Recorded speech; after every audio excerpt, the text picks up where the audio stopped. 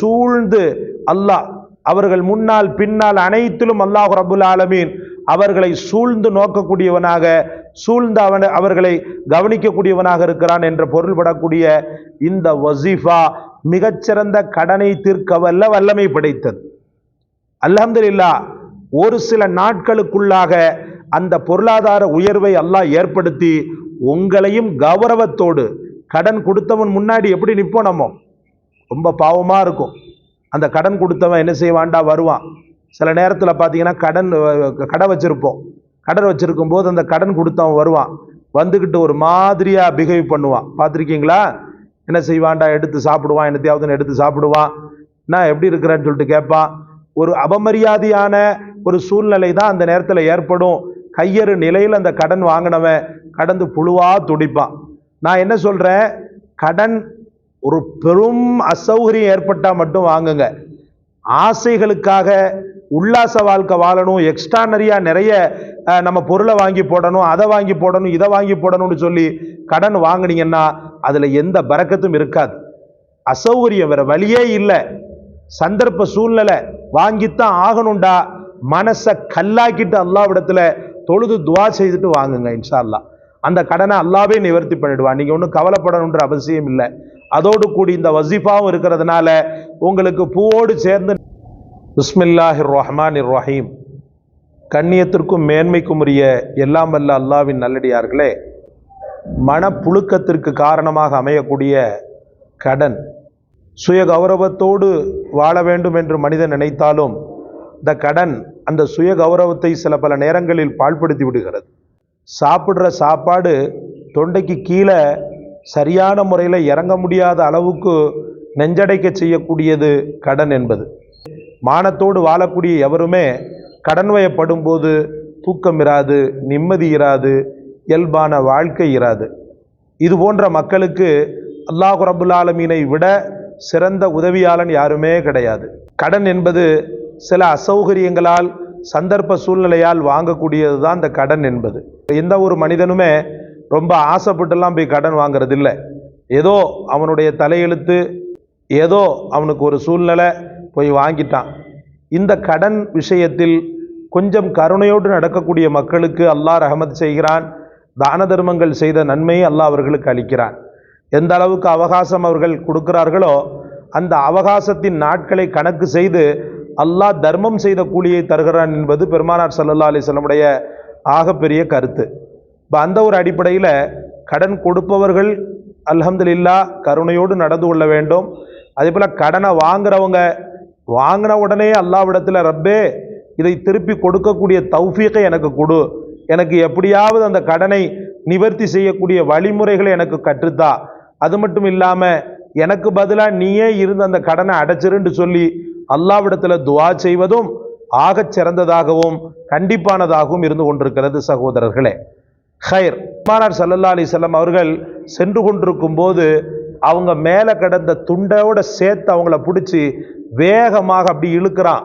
அதன் காரணமாக அவங்களுடைய கழுத்து பகுதியில் ராய்தல் ஏற்பட்டு, அவங்க கழுத்து பகுதியில் உராய்தல் ஏற்பட்டு லேசாக ரத்தம் கசியக்கூடிய அளவுக்கு அந்த நபர் பிடிச்சி இழுத்தான். எடுத்து கடனை கொடு அப்படின்னு சொல்லிட்டு கேட்குறான். அப்போ சத்திய சஹாபாக்கள் பெருமானார் ஸல்லல்லாஹு அலைஹி வஸல்லம் அவர்களை கண்ணியமற்ற முறையில் நெருங்கக்கூடிய அந்த நபரை அடிக்க பாய்ந்தார்கள். பெருமானார் ஸல்லல்லாஹு அலைஹி வஸல்லம் தடை செஞ்சுட்டாங்க.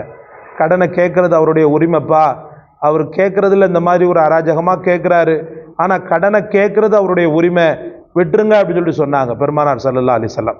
அப்போ அந்த அளவுக்கு பெருமானார் ஸல்லல்லாஹு அலைஹி வஸல்லம் அவர்களே வேதனைப்படக்கூடிய அளவுக்கு கடன் என்பது ரொம்ப மோசமான ஒன்றாக இருக்கிறது.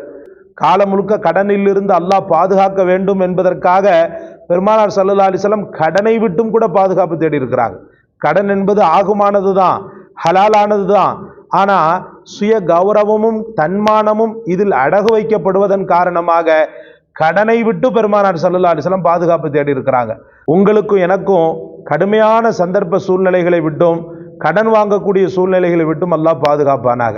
சரி, ஹைர், அப்படி கடன் வயப்பட்ட மக்கள் நிம்மதி பெருமூச்சு விடவும் அவங்களுடைய கடனை அல்லாஹ்வே முன்னின்று நடத்தவும் அவர்களுக்கான ஒரு அற்புதமான வசீஃபா கற்றுக் கொடுக்கப்படுகிறது. வெள்ளிக்கிழமை என்ன செய்யுங்க, ஜும்மாவுக்கு பிறகு ஒரு இடத்துல அமர்ந்து கொண்டு ரசூல் ஸல்லல்லாஹு அலைஹி வஸல்லமுடைய சுன்னத்தான வெள்ளை உடுப்பு, அவங்க பிரியப்பட்ட வெண்மை ஆடையை உடுத்துக்கொள்ளுங்க. வெண்மை ஆடையை உடுத்துக்கொண்டு சுர்மா இட்டு சுன்னத்தான கோலத்தில் பெருமானார் அவர்கள் மீது 80 முறை செலவாத்தை ஓதுங்க. ஜும்மாவுக்கு பிறகு, அசருக்கு பிறகு கூட என்ன செய்யலாம், ஜும்மாவுடைய அசருக்கு பிறகு கூட நீங்கள் இந்த காரியத்தை செய்யலாம்.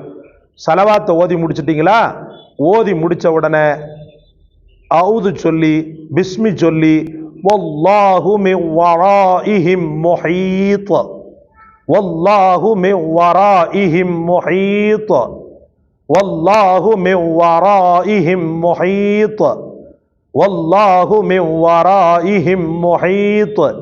கிட்டத்தட்ட 70 முறை என்ன செய்யுங்க, இந்த வஸீஃபாவை ஓதுங்க. லாஸ்ட்ல ஸல்லல்லாஹு அலா முஹம்மது ஸல்லல்லாஹு அலைஹி வஸல்லம் அப்படி சொல்லி ஸலவாத்தோட முடிங்க. 70 முறை இந்த அவுராதை நீங்க தொடர்ந்து ஓதிக்கொண்டே இருக்கணும். வல்லாஹு மின் வராஇஹிம் முஹீத், அவர்களை சூழ்ந்து அல்லாஹ், அவர்கள் முன்னால் பின்னால் அனைத்திலும் அல்லாஹ் ரப்புல் ஆலமீன் அவர்களை சூழ்ந்து நோக்கக்கூடியவனாக, சூழ்ந்து அவர்களை கவனிக்கக்கூடியவனாக இருக்கிறான் என்ற பொருள்படக்கூடிய இந்த வஸீஃபா மிகச்சிறந்த கடனை தீர்க்க வல்லமை படைத்தது. அல்ஹம்துலில்லாஹ், ஒரு சில நாட்களுக்குள்ளாக அந்த பொருளாதார உயர்வை அல்லாஹ் ஏற்படுத்தி உங்களையும் கௌரவத்தோடு, கடன் கொடுத்தவன் முன்னாடி எப்படி நிற்போம், நம்ம ரொம்ப பாவமா இருக்கும். அந்த கடன் கொடுத்தவன் என்ன செய்வான்டா வருவான். சில நேரத்தில் பார்த்தீங்கன்னா கடை வச்சிருப்போம், கடன் வச்சிருக்கும் போது அந்த கடன் கொடுத்தவன் வருவான், வந்துக்கிட்டு ஒரு மாதிரியா பிஹேவ் பண்ணுவான். பார்த்துருக்கீங்களா? என்ன செய்வான்டா, எடுத்து சாப்பிடுவான், என்னத்தையாவது எடுத்து சாப்பிடுவான், நான் எப்படி இருக்கிறேன்னு சொல்லிட்டு கேட்பான்.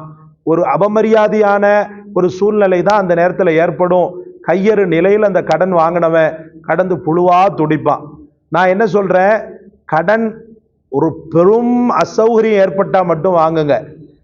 ஆசைகளுக்காக உல்லாச வாழ்க்கை வாழணும், எக்ஸ்ட்ரானரியா நிறைய நம்ம பொருளை வாங்கி போடணும், அதை வாங்கி போடணும், இதை வாங்கி போடணும்னு சொல்லி கடன் வாங்கினீங்கன்னா அதுல எந்த பரக்கத்தும் இருக்காது. அசௌகரியம், வேற வழியே இல்லை, சந்தர்ப்ப சூழ்நிலை, வாங்கித்தான் ஆகணும்டா, மனசை கல்லாக்கிட்டு அல்லாஹ்விடத்துல தொழுது துவா செய்துட்டு வாங்குங்க. இன்ஷா அல்லாஹ் அந்த கடனை அல்லாவே நிவர்த்தி பண்ணிடுவான். நீங்க ஒன்றும் கவலைப்படணுன்ற அவசியம் இல்லை. அதோடு கூடி இந்த வஸீஃபாவும் இருக்கிறதுனால உங்களுக்கு பூவோடு சேர்ந்து நாரும் மணக்கும் என்ற இதுல உங்களுடைய உழைப்பு, உங்களுடைய முயற்சி, அதோடு கூடி அல்லாஹ்வுடைய உதவியும் சேர்ந்து உங்களை கடனில்லாத பண்பட்ட மேன்மக்களாக, கடனில்லாத செல்வந்தர்களாக அல்லாஹ் உயர்த்தி விடுவான். இந்த காணொளி உங்களுக்கு பிடிச்சிருக்கும்னு நினைக்கிறேன். லைக் பண்ணுங்க, ஷேர் பண்ணுங்க, சப்ஸ்கிரைப் பண்ணுங்க. எல்லாவற்றை விட மேலாக இந்த வஸீஃபாவை கண்டெடுத்து உங்களுக்கு சொன்ன எமக்காக துஆ செய்யுங்க. ஜஸாக் அல்லாஹ். அஸ்ஸலாமு அலைக்கும் வரஹ்மத்துல்லாஹ்.